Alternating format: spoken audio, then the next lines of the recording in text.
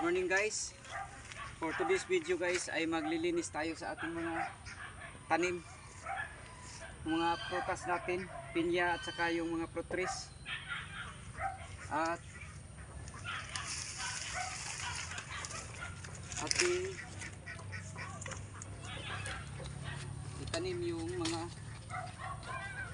itanimay na mga saha ng pinya. Sa mga baguhan pa lang, paki-subscribe naman po sa ating YouTube channel. Sana'y makatulong kayo na dumami tayo dito guys sa ating maliit na channel pa lang.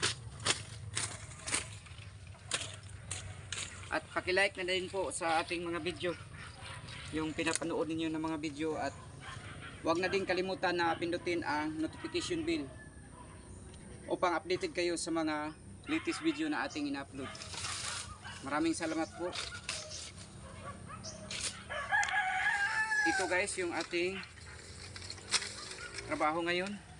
Dahil walang ulan, maganda ang panahon, may sinag na ang araw, kaya maglilinis tayo sa ating mga tanim na mga prutas. Kahit na medyo damili pa guys, ang tawag sa amin, basa-basa pa ang lupa dahil palaging umuulan dito, pero may sinag naman sa araw, kaya maglinis muna tayo dito.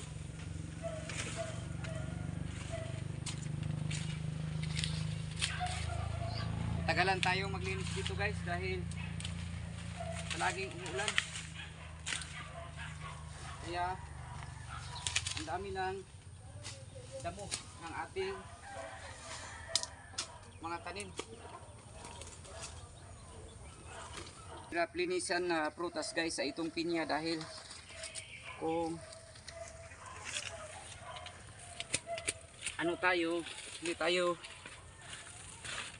mag amping, tawag dito sa amin, mag-ingat, baka matusok ang ating mata dahil mga matutulis tong mga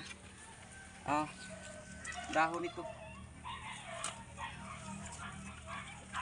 Kaya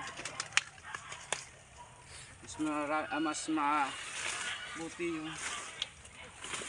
mag-ingat talaga. Kung hindi pa tayo naglaland prep sa ating palayan guys, kaya dito muna tayo sa ating mga prutas magtatrabaho.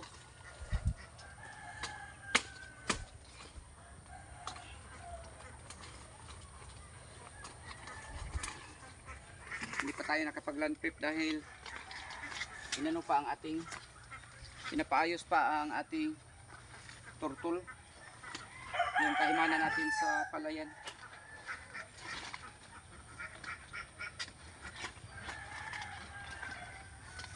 At habang hindi pa tayo busy sa palayan, dito muna tayo sa ating prutasan at saka sa bakuran natin magtatrabaho. Dahil kung hindi ito natin pagtiyagaan,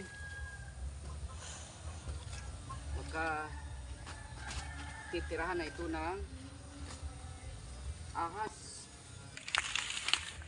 Ito yung similya natin sa Hawaiian na hindi pa natin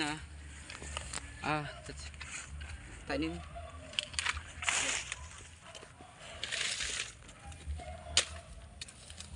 Mamaya ay itanim natin.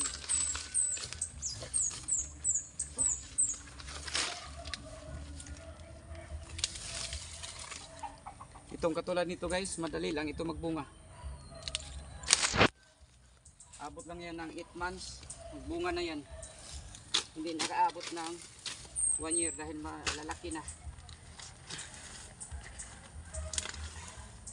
Hindi natin ito sa iba dahil masilan to na trabaho guys. Baka matusok ang mata ng ating mga bata dahil matulis ang tumoy ng dulo ng dahon ng pinya. Pwede na to ipakain sa ating mga alagang hayop. Yun lang po guys. Maraming salamat po. God bless sa lahat. Happy farming.